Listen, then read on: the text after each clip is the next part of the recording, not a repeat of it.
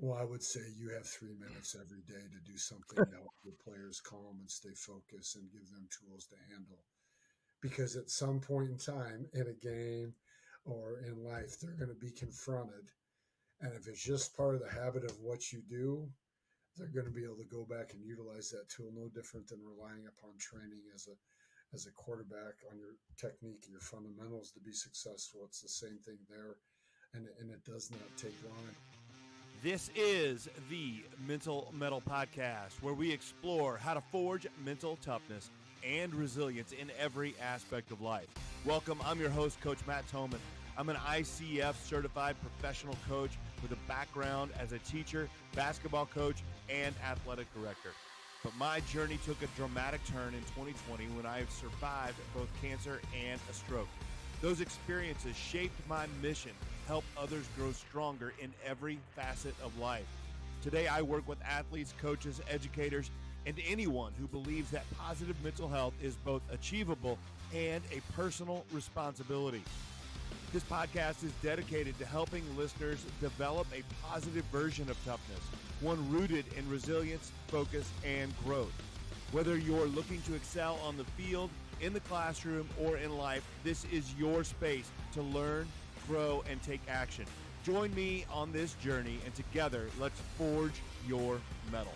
Coaches, do you dream of guiding mentally tough athletes towards a championship? Kids that are resilient, persistent, and unshaken by setbacks. Well, in today's world, those athletes aren't born. They have to be developed. Many athletes face significant challenges and risk burnout. So how do we foster that mental toughness without overwhelming them?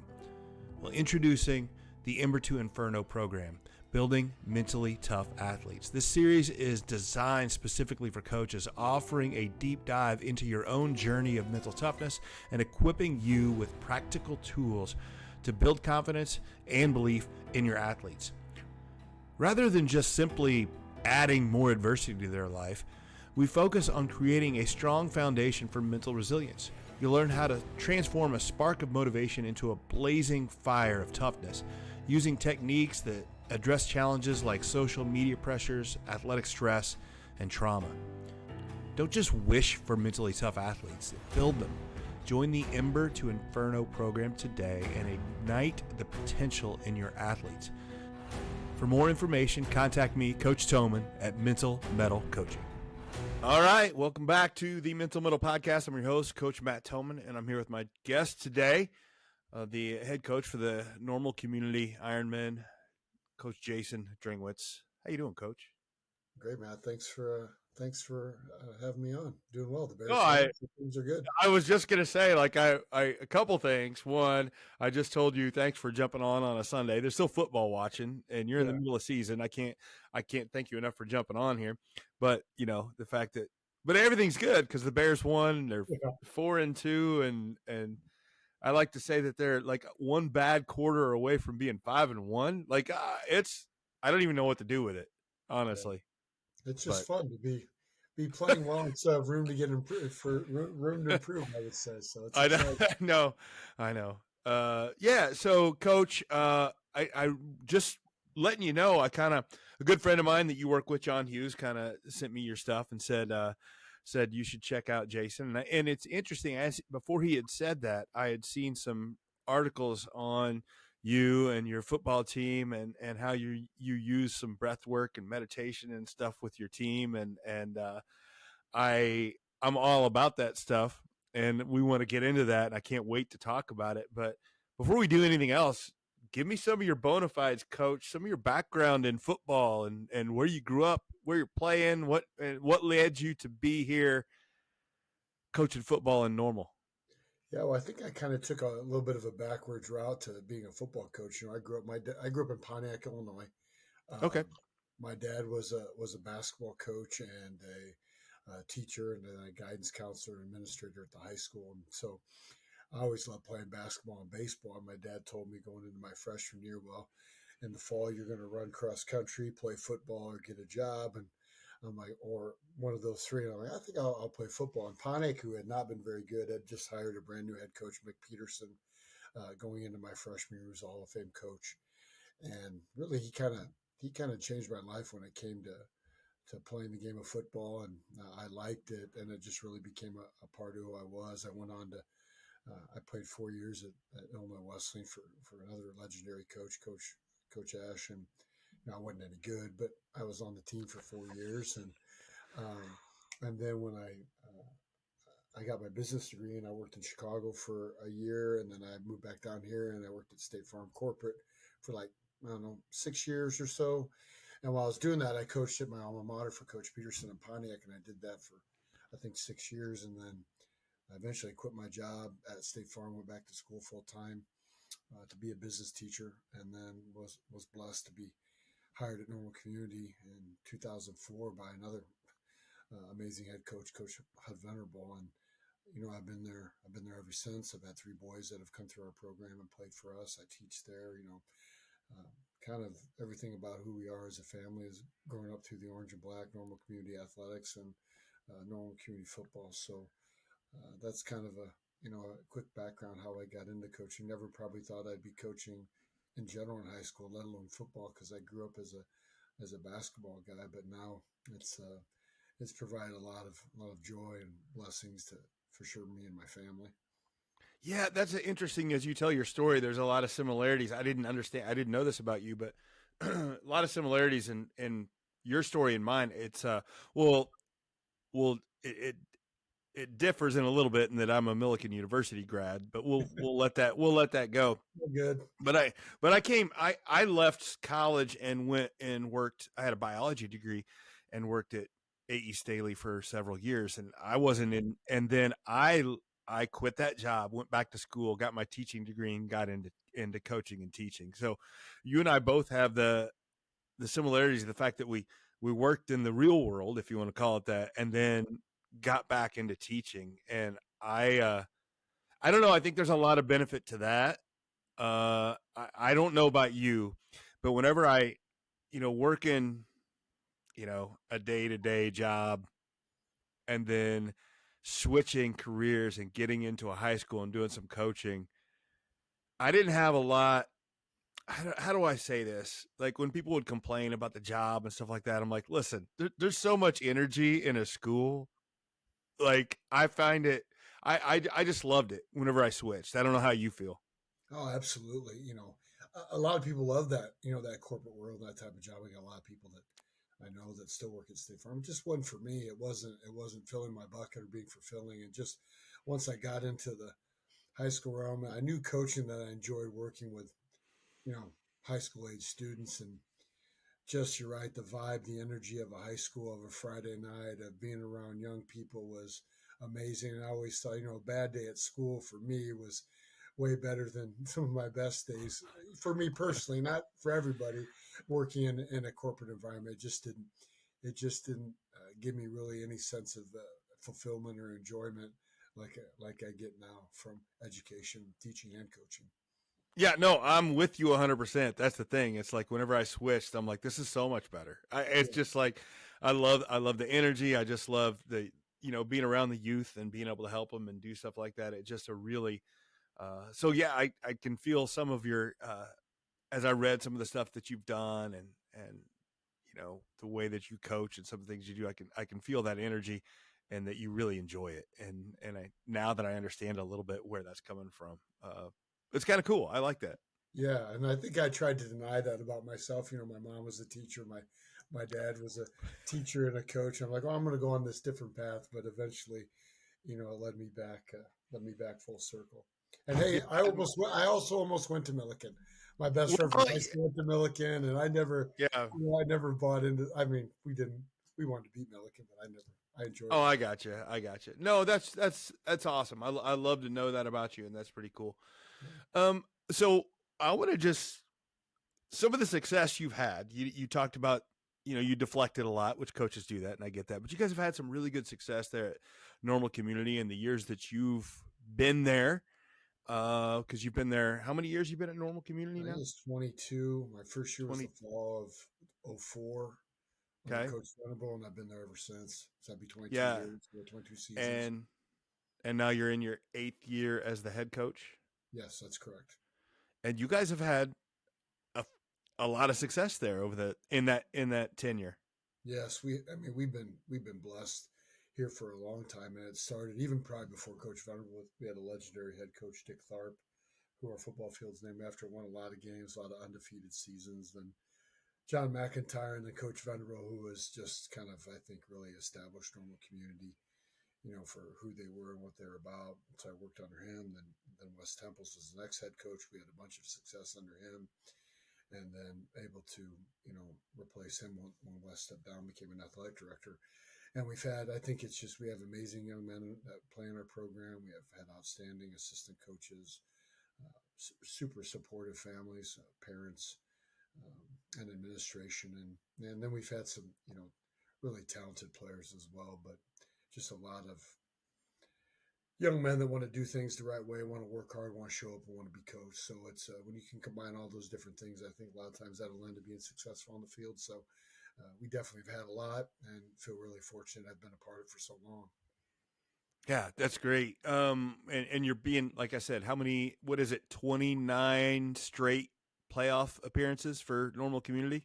That's correct. We've been in the playoffs 29 straight years. I believe it's the third longest, streak in the state. And, we just accomplished it, again, this year early. And we try to make a big deal of it because not everybody gets to play in the postseason. I didn't play one snap of postseason football in high school. And we want to always never take winning and being successful for granted and always celebrate it when we have the chance. No, I agree. You have to, right? So you're sitting right at this point. Are you sitting? Was it 7-1 this year?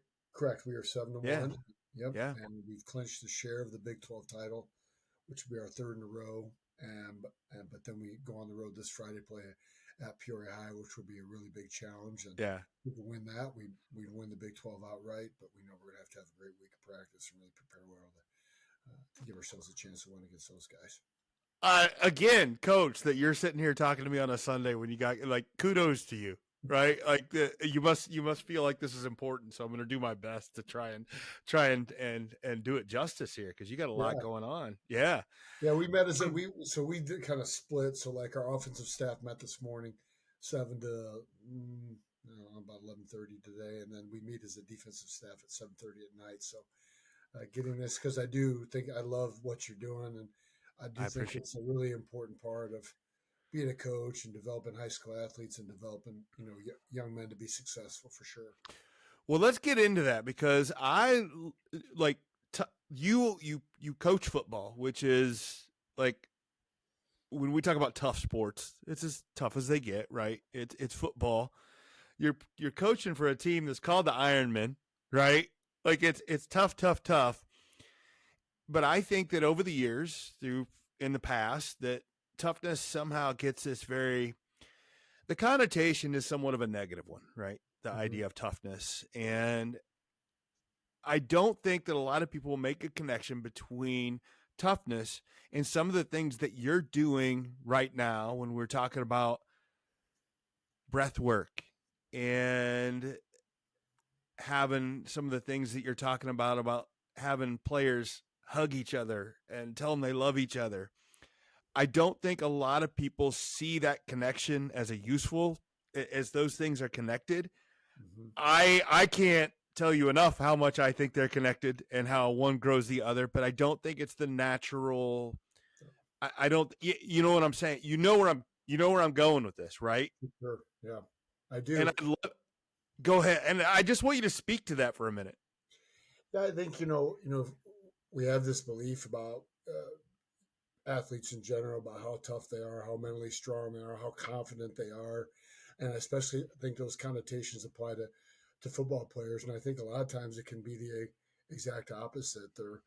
They lack confidence, they're insecure, they're unsure, they suffer anxiety, they do all those different things that they maybe put on a facade where you don't see it. And so I think it's our job as coaches of those young men to try to break through to those areas and get them to talk about how they feel, tell people how they feel, be vulnerable enough to wear their emotions on their sleeves and know that they got people that they can count on. And, having had 3 boys that have played in our program, you don't hear them have a lot. I'm not saying all athletes in general, all, football players, they don't talk a lot about things that are important to them or what they Right. feel on their heart all the time. They argue about sports teams and who's the greatest quarterback of all time, and those are the conversations that they have. And so we've just tried to spend a lot of trying not to break some of those barriers. It's still really hard, and I wasn't doing it early on in my coaching career or as a head coach, and we've just tried to find ways to let kids feel connected to their teammates and their coaches so they can talk about things that they can matter to them. And we don't really talk in terms of mental toughness. We talk about being more mentally strong. Not that either term is wrong. And But it sounds like it's an intentional thing to change the name. yes. Yeah, And which I'm all about, right? Yeah, like find a name. Like sometimes, in order to look at something differently, you almost have to give it a different name, even though it's not much different. yes.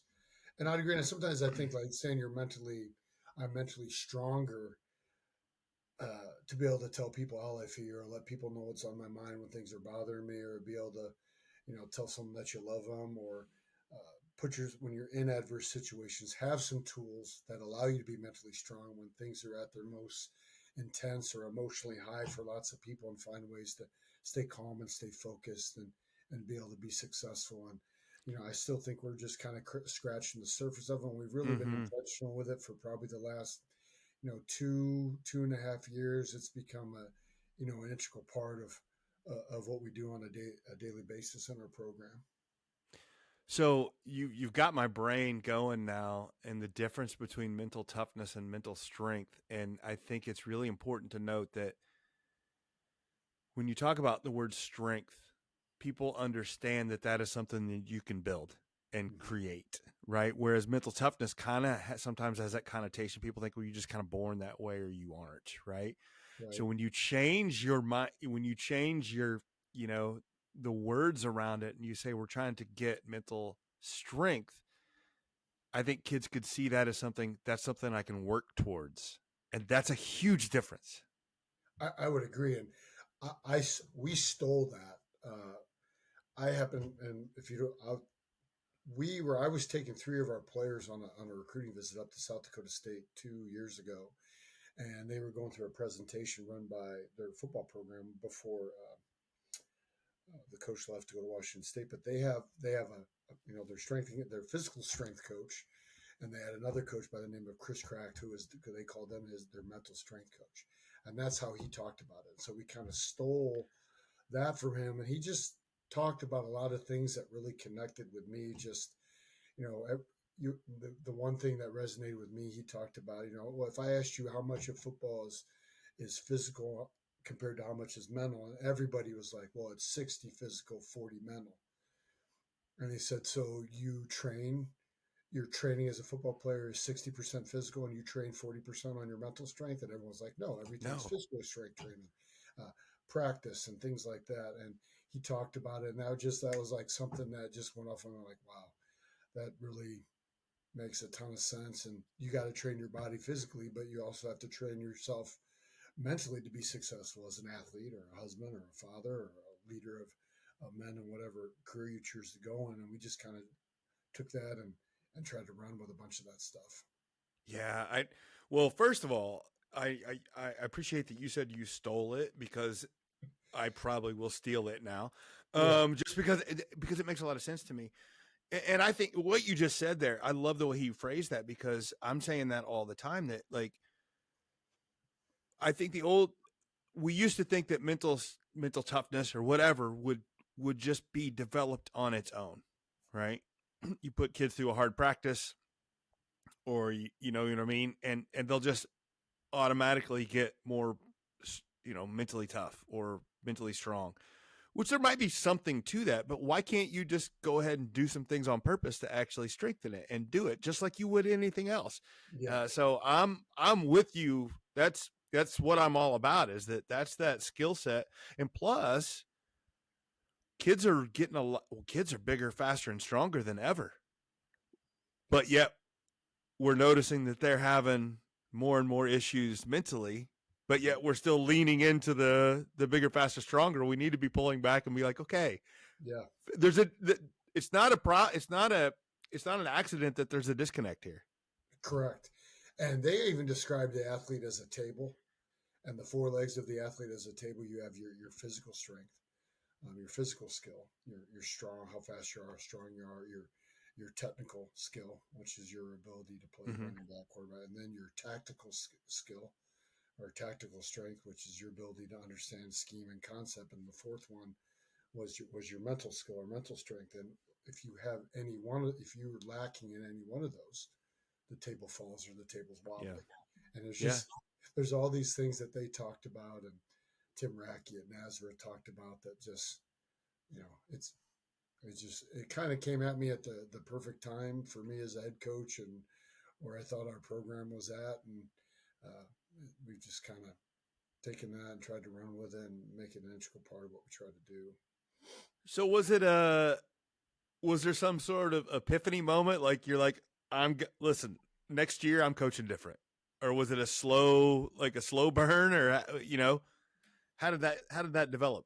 Well, I would say a little bit like, in 2022, 2023, we had some really good teams. 2023 went to the 7A semifinals, but we faced, in those couple of years, we faced a lot of different adversity where I felt like guys would just, not a lot, but just we would lose control of our emotions that would really impact who we were as a team and how we performed.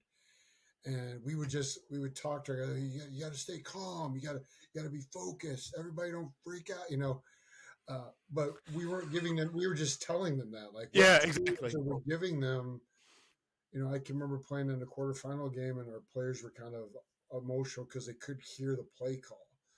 Because the band was playing, the crowd was loud, and they were like emotional about it. And I'm like, everybody just calm down. Okay, what does that mean? What do you do to do that? And so we were just telling those things. Like, be like, say, hey, go score a touchdown, but not giving them plays to run. And so it came at a time when, as successful as we are, I thought we were really lacking, and that really could have helped us that year. And I didn't feel like I was doing a good enough job preparing our kids to handle tough situations in football, and hence life or farther on. And so it just kind of, I was disappointed in how we were emotionally. And then we go on the road and we hear this guy talk, and it's just kind of a combination of just a perfect storm of those things coming together for us. Your athlete probably spends hours working on the specific skill set they need for their sport, and they probably spend hours in the weight room building their body. But how much time do they spend intentionally training their mind? Well, building mindset is the key to bridging the gap between the skills that we see and game execution. Well, Mental Mettle Coaching provides individual programs that can help your athlete develop this third and crucial skill set.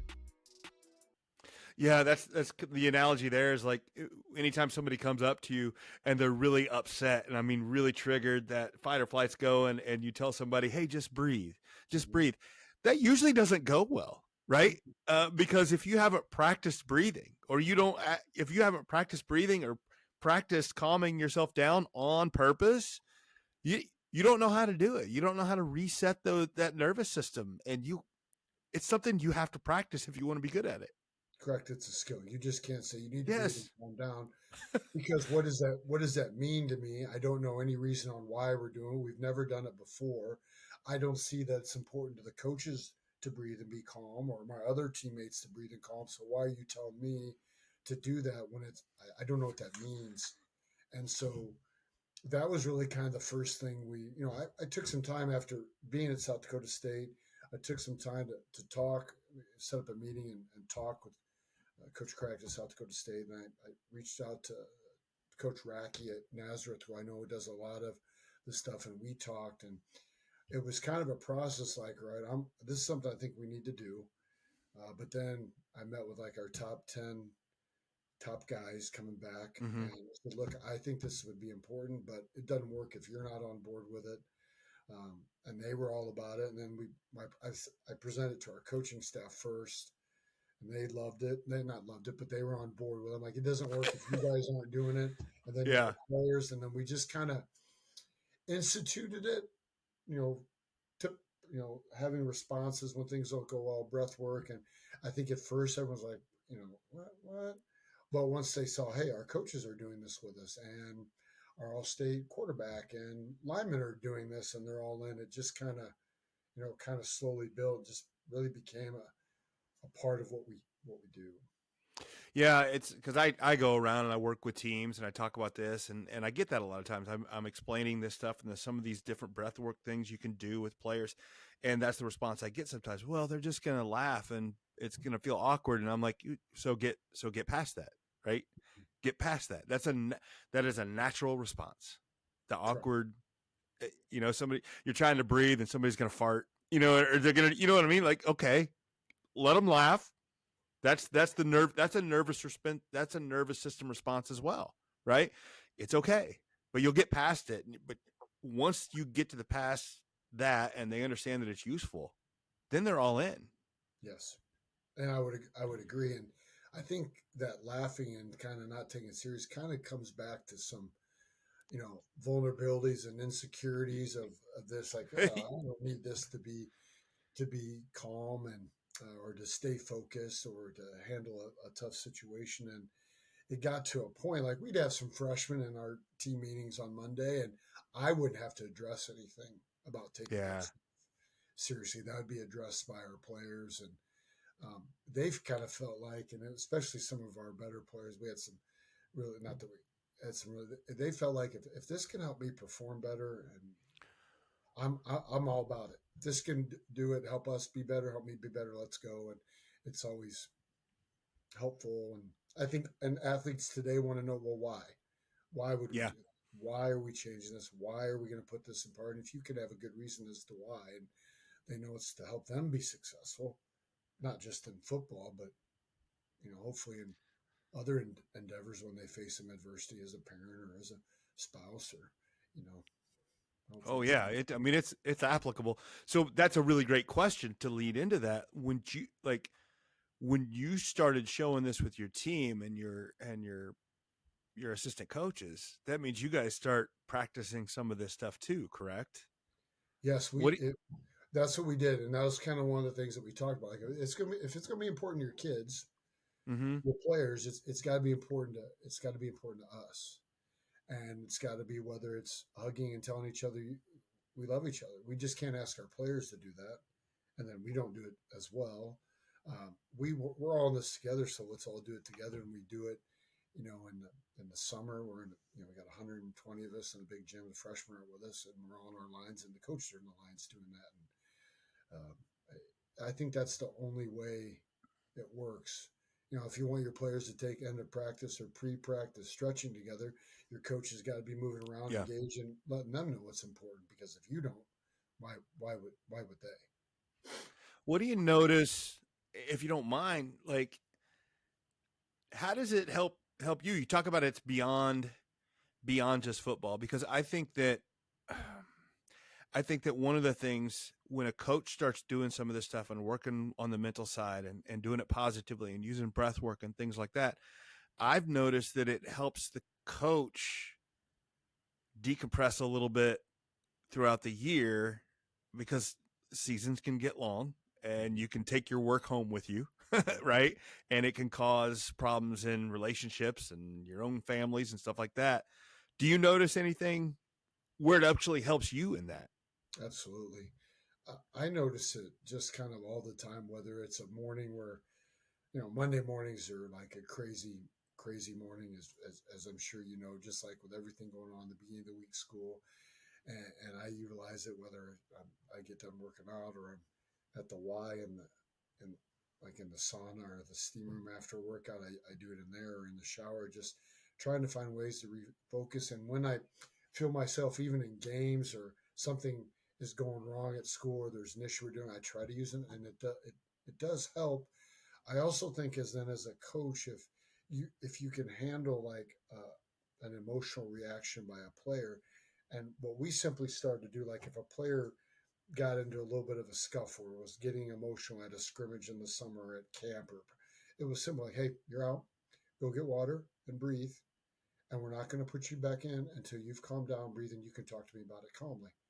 If you don't want to do that, then we won't put you back in. And so it kind of took some of it down on us and responding to emotional response. Like, hey, Can't do that. Go get water, breathe, calm down, come back and talk to me when you're ready to go back in. And again, that's stuff from like that's Coach Racky talking about things that they did, and it just as opposed to in the moment trying to you get all amped up and try to calm. I feel like it takes the stress out of some of those situations sometimes. It does. And the thing is like a kid can't fake that either, No. right? You'll know if they come back if they've calmed themselves down, right? Mm-hmm. But I love that you said we're gonna expect you to calm down, but we're also giving you the tools to be able to do that, which Yes. is I mean that's pretty fair, right? Exactly. As before, we had just said, "Calm down." Okay. How?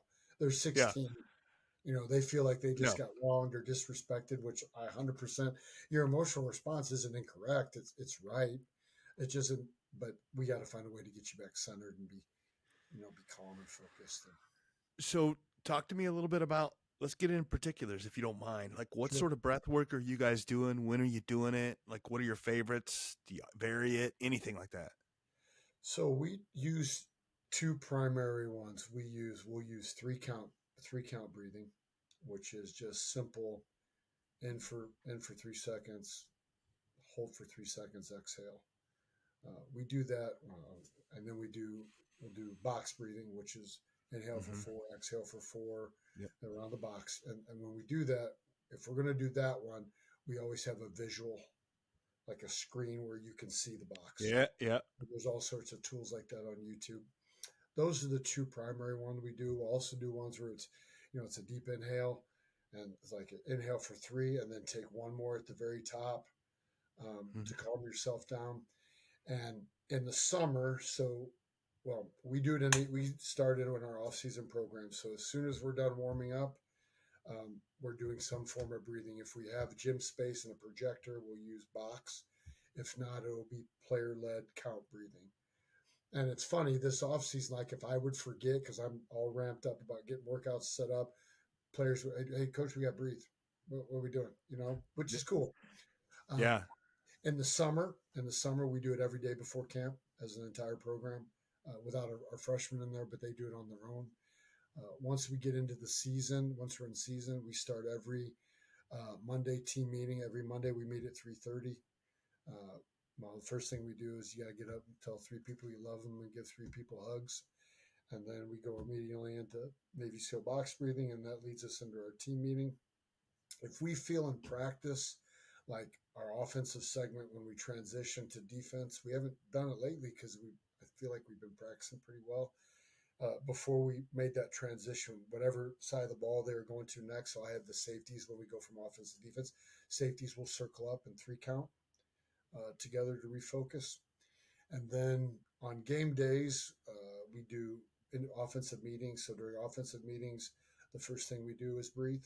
In our position meetings, that's player led. So a senior in the player position group leads it. We do it right before we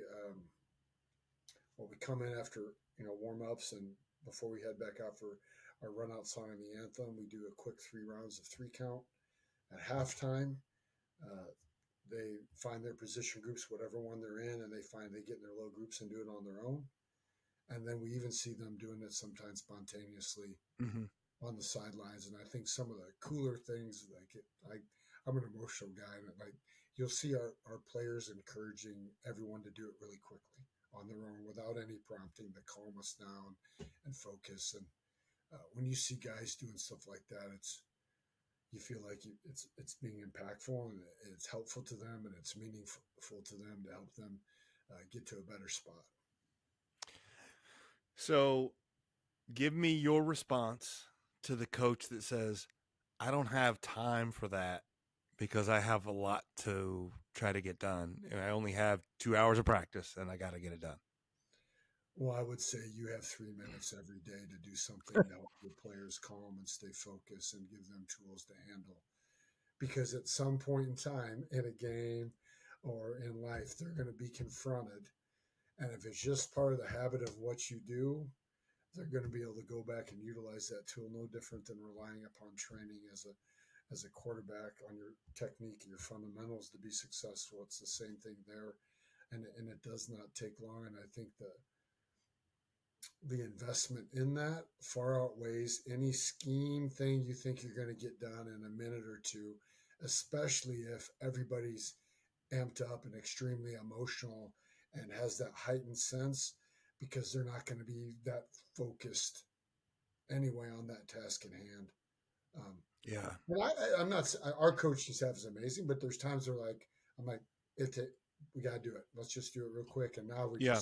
it's just kind of part of, I think it's kind of part of who we are and what we do. Well, if it's player led and they're doing it, it's part of your culture, right? Yeah. Because you're not having to say we're doing it. It's part. So that's part of your culture. Yeah. So another question, Mm-hmm. and I have my thoughts about this, but I'd love to hear your thoughts. So football's a violent game, a lot of speed, a lot of hitting, stuff like that. And on some level, you're like, you want your players amped up. You're spending all your time calming them down. Mm-hmm. But you're 7-1 and you're doing pretty well. Yeah. It feels like there's a disconnect there. I kind of understand it because I'm in this business, but try to explain that to somebody else on how that works. Yeah. I would like to think our breath work and stuff has something to do with our success. Now we also have really good coaches It's not one thing. It's not one thing. It's never one thing. I get that. I just, so we've all seen things where something good goes really well and everybody is just amped up on the sideline and excited. And I think that's great. But at some point, you have to get back to neutral to focus on the next task at hand, whether it's the next play, the next drive, the next game, whatever. And I don't fully believe you can do that, at that heightened emotional state all the time, Mm-hmm. whether positive or negative. Because still, in order for your players to execute at a high level, they have to be able to be focused and still be somewhat mentally calm. I can have great energy and enthusiasm, but I still think you can be calm and emotional, because if not, I can't execute that way as a coach or a dad, or when I'm heightened emotionally. Right. And that kind of ties into something we always talk about, just again, when something goes well, great, calm down, put her head down, and go back to work. If something goes poorly, same thing. Calm down, put her head down, just go back to work. And I think breathing allows you to, you know, to to maintain that level of focus that you need to be really successful. We get excited and get energetic and Sure. emotional and get mad, but then we have a tool that allow us, I think, to get focused and recalm, refocus on whatever we have to do next in our football program. I whenever I teach this stuff, I talk about breath work as being a really good reset button, as in like it's a default button. So you can go into a game and you've got them. You've got your core values there. So you got them here: the accountable, prepared, invested, selfless, leadership. Those are fantastic. But when we get emotionally hyped, we're not thinking about those or about what we need to do or what our plan was to cover this guy or what play how we're going to run this play. The breath work is this great reset button to let us reset and refocus on what it is we're supposed to get done. And I find that to be so useful and honestly very underutilized.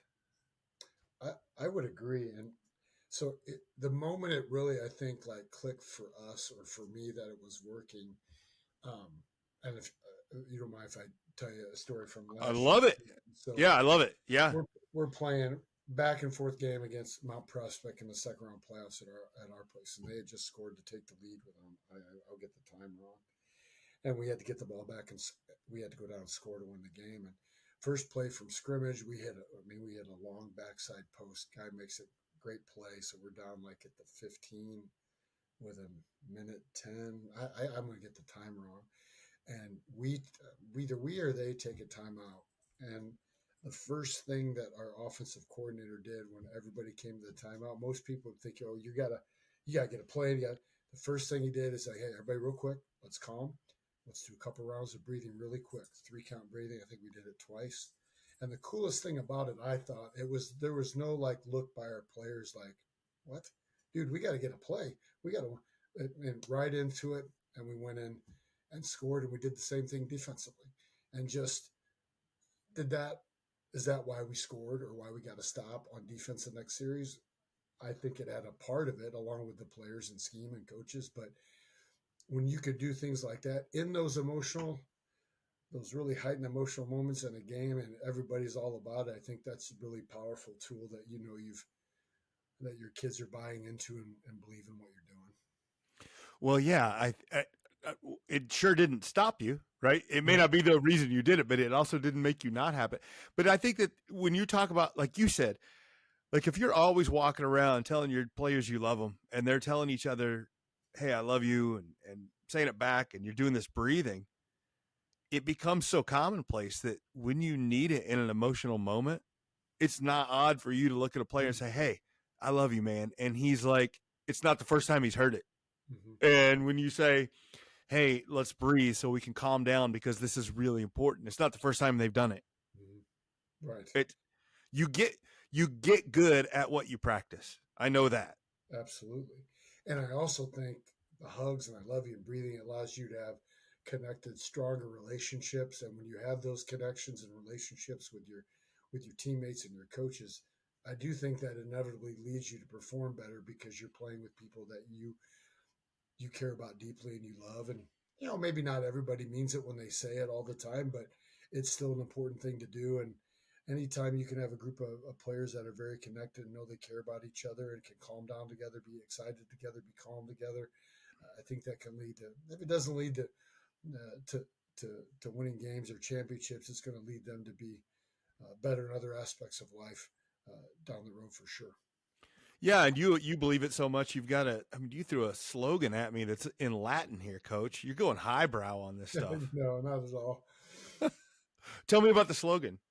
Again, so it's stuff that everybody has these things that they say or they do, and there's I'm going to get the authors. I don't know if you read the books by Martin Rooney, High 10 and Coach to Coach. Have you read those I have books? not. So they're coaching leadership books and culture books told through like a parable.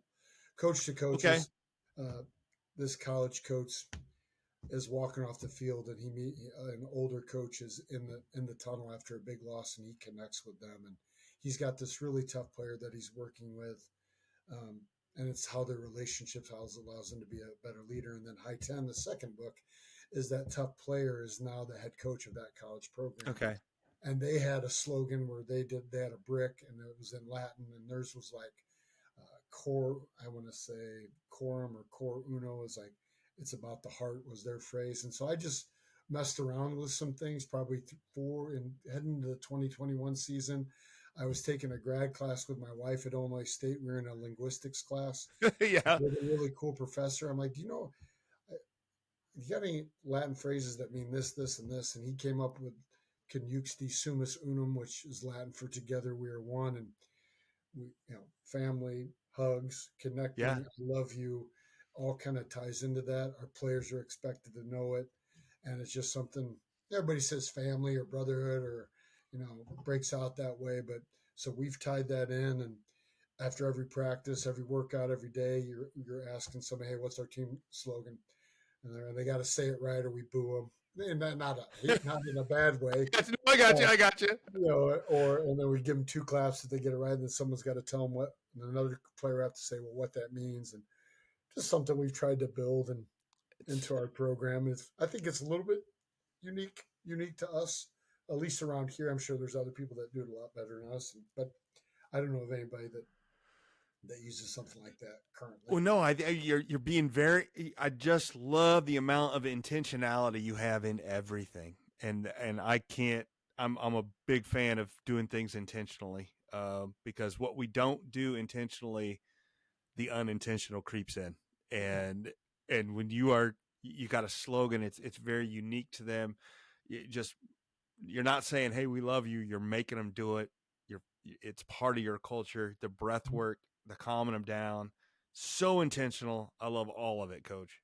Yeah, I mean, everybody has their things that they do, but if the players don't know what it means or why They they do it, got it. they got to know. Yeah. Like, you can put all the signs up you want in a locker room, like we all do those things, but what do those things actually mean, and how are they a part of our program, and what do we do, and what are the examples? Like core values, they have to give examples. Guys can get helmet stickers if they're Yeah. doing things like that other than playing on the field. So um, if you're going to do it, I think. I was in a locker room the other day that there was not a square inch that wasn't covered by some words, and it Mhm. was covered, and it wasn't all the same words, and it was just. And I asked one of the coaches in there, I'm like, "What does all this stuff mean?" And he hadn't put it up. And he was like, "I don't even know what this stuff is." I'm like, "Well, it's wasted words then, right? Mhm.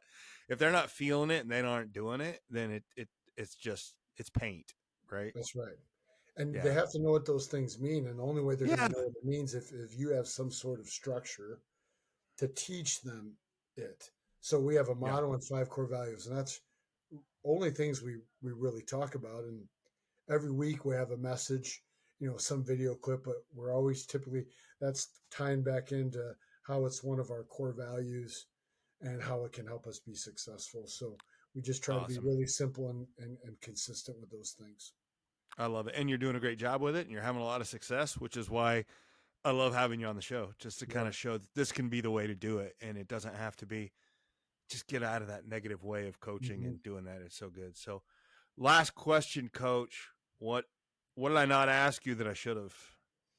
What did I miss? This is your chance. So if you can say, "Hey, you didn't ask me this," it's your fault, right? Well, I just and you and I'm you know this. I just still think coaching has to be about your relationships Mm-hmm. between your players and your staff, and they have to know that you care about them and that you love them and that you're going to be there for them.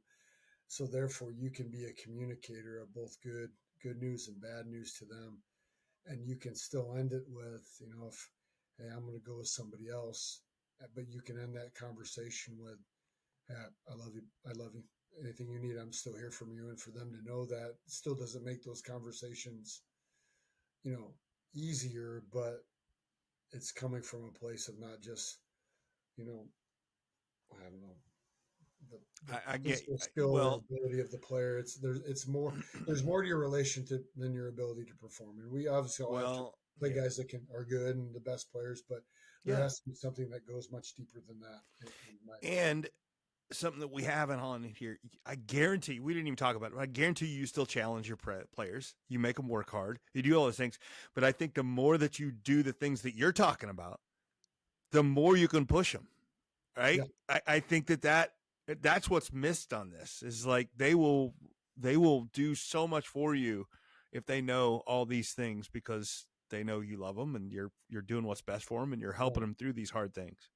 And it'll make sometimes your hard conversations with players. I've had to, we've all had to discipline players or be the bearer of bad Mm-hmm. news, and you can end it with, you know, hey, I still love you, buddy. Let me know if you need anything, and they'll get. Well, yeah, I end it with a hug, and I'll be like, I love you, and they'll be like, love you too, or you know what I Yeah, mean. yeah. But to end a conversation, good or bad, with that type of connection, I think is going to be really important. It's no different than raising your kids. Even if you're mad at them or have to Yep. consequence, it doesn't mean you don't love them, don't care about them, and that's just something.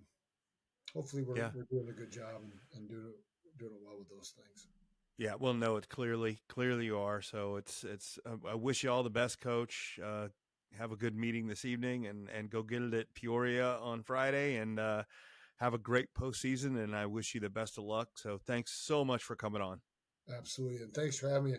Appreciate having us on and shedding some light on our program and what we do. And thanks for all you're Absolutely. doing to help high school athletes and high school coaches and high school programs around the state. It's really a impressive work that you're doing. Just feel blessed to be a part of it tonight. I appreciate it, Coach. Thank you much. You're welcome. Parents, is your athlete ready for the upcoming sports season? They might have the strength, the speed, and the skills, but without confidence, they can still struggle when the game is online. Skill and strength are great, they're necessary, but they're not used to their full potential without the right mentality. Confidence is key. It's the key to unlocking that full potential. And at Mental Mettle Coaching, I offer personalized sessions designed to build the confidence your athlete needs for a successful season. My proven techniques empower them to perform under pressure, both on the field and in life. Don't let a lack of confidence hold them back. Book a free session today and discover the power of confidence. Visit the website, get started on the journey to a more confident, successful athlete with Mental Mettle Coaching. Coaches, do you dream of guiding mentally tough athletes towards a championship? Kids that are resilient, persistent, and unshaken by setbacks. Well, in today's world, those athletes aren't born. They have to be developed. Many athletes face significant challenges and risk burnout. So how do we foster that mental toughness without overwhelming them? Well, introducing the Ember to Inferno program, Building Mentally Tough Athletes. This series is designed specifically for coaches, offering a deep dive into your own journey of mental toughness and equipping you with practical tools to build confidence and belief in your athletes. Rather than just simply adding more adversity to their life, we focus on creating a strong foundation for mental resilience. You'll learn how to transform a spark of motivation into a blazing fire of toughness, using techniques that address challenges like social media pressures, athletic stress, and trauma. Don't just wish for mentally tough athletes, build them. Join the Ember to Inferno program today and ignite the potential in your athletes. For more information, contact me, Coach Thomann, at Mental Mettle Coaching. So I didn't open up that interview, and I don't have a ton to say after that interview because Jason Drengwitz of Normal Community Ironman Football, like he said most of what needed to be said and everything. There's just not much I can add to it other than for me to reiterate how impressed I was and am with what he's doing and how excited I am to run into coaches, and I'm doing this more and more, that are just shining examples of the sort of stuff that I'm going around and working with schools and trying to do and trying to work with. And I'm not the only one. Obviously, I didn't work with Jason. He got it from other places. But just to see somebody like him who's doing it, working on the mental side, making sure that it's something that you work on, that if you want your kids to have mental strength, it's not something you should just demand. It's something you have to teach. And it's something you have to prepare them for and give them tools just like you would anything else. And just that he's not just the mental strength, but he's helping them find ways to cope and calm down and think clearly in stressful situations, getting out of that sympathetic nervous system, the fight or flight, into the parasympathetic, where we make better decisions and we're more focused and we have better results. And he's doing those things on purpose, and just the way he's loving on his kids and making sure that they understand that family and, whatever words you're putting on your t-shirt aren't just words on a t-shirt or in a locker room, they're actual real. And that he's doing that this year to the tune of 7-1. And the program has done 29 straight playoff appearances. Like, I don't know. It's just, I'm going to keep doing this podcast. I'm going to keep saying it, but it's something that as a coach in the year of 2025, like it or not, it's something that's really useful for kids, for athletes. And that's the other thing, right? Like, it's not just for the athletes, it's for the coaches as well. I know personally that seasons can get really long. Things aren't going well, or even if they are going well, it's stressful, and it can wear on you mentally and physically as a father, a mother, husband, whatever, wife. You got family, you got other things going on, but worrying about your team and trying to make sure that you're winning games, it's a stressful thing, and it starts to really seep into every part of your life, and so it becomes stressful, and it's something you as the coach, as an adult, have to find ways to mitigate some of that stress and do that. So the fact that he's doing that with his staff and his players, and it's helping everybody, and they're winning, it's, again, I don't have a lot to add other than just to keep reiterating that this is something that all coaches, parents, athletes should be doing, and start finding ways to find tools to build that mental strength, find ways to get yourself to calm down in stressful situations. And Jason mentioned, he kind of mentioned on there, but it's something he said to me earlier when I'd asked him about this, and he said, I'm no expert. I don't know all this. I'm just trying it out and doing it. And I say this every time I do one of my presentations with coaches. I'm like, I'm going to give you some tools about breathing and mindfulness, and Jason mentioned it on here, there's this thing out there called YouTube and Google. It exists, and there's so many good practitioners of breathwork and meditation that can lead you through this and find it. And I don't know that there's a bad one, really. Like, as long as you're finding ways to breathe and to purposely calm down and get into that parasympathetic nervous system and that rest and digest, and where you're having better, clearer communication and thought process. Like, there's not a bad way to do it, really. So there really aren't a lot of excuses anymore for not trying it. I think, and he addressed the big one, we don't have time for it, but I find it to be a time saver, not a time waster, because you are more focused and you get things done a little bit better, a little bit faster. And I'm just so excited to meet Jason, talk to him, my good friend John Hughes. I think he might have been my first guest ever on the Mental Mettle podcast, and has been a friend of mine forever, works with Jason, and he reached out to me and said, you gotta get Jason on. And I'm so glad he did. So that brings it up, as you listen to this, if you're a coach, you know somebody that's doing things really well and you enjoy what they're doing and you know the way they're impacting kids of any sport, hit me up, give me their information. I love talking to people that are doing it right and really helping kids, loving on kids, and helping kids prepare not just for football, not just for basketball, not just for volleyball, whatever, but for life. And that's what we're trying to do with these kids, and that's what coaching should be about. So if you got something, send it to me. I really appreciate it. And if you have any questions on how you can do this, or if you need more information, if you need to be like, I'm not sure about this, tell me some reasons why it's good.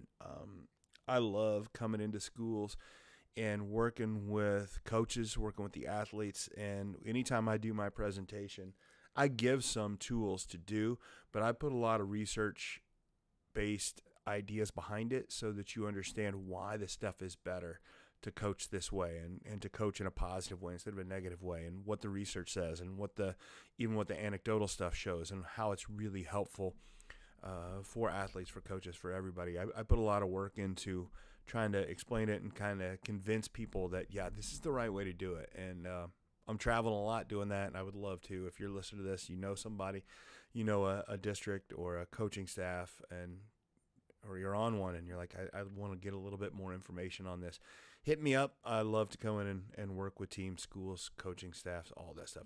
I love doing this and seeing the progress in a team as they do this, and how it helps the athletes. It's why I do what I do. So thank you so much for listening. It was a great episode. I'm really excited about this one, but we're out of time. So this has been the Mental Mettle Podcast. I'm your host, Coach Matt Thomann, and always remember to forge your metal. Thanks for listening to the Mental Mettle Podcast. Don't forget to tune in every week for more insights and strategies to help you forge mental toughness and resilience. This podcast is brought to you by Mental Mettle Coaching, where we are driven by a passion for sharing knowledge and experience that empowers others to play, live, and grow with confidence. Our mission is to instill a resilient and spirited mindset in our clients, enabling them to confidently face adversity and actively seek new challenges for personal growth. At Mental Mettle Coaching, we offer individual coaching, group coaching, and professional development for schools and businesses. Whether you're an athlete, educator, or professional, we're here to help you unlock your potential and thrive in every area of life. Until next time, keep growing, stay resilient, and always remember to forge your metal.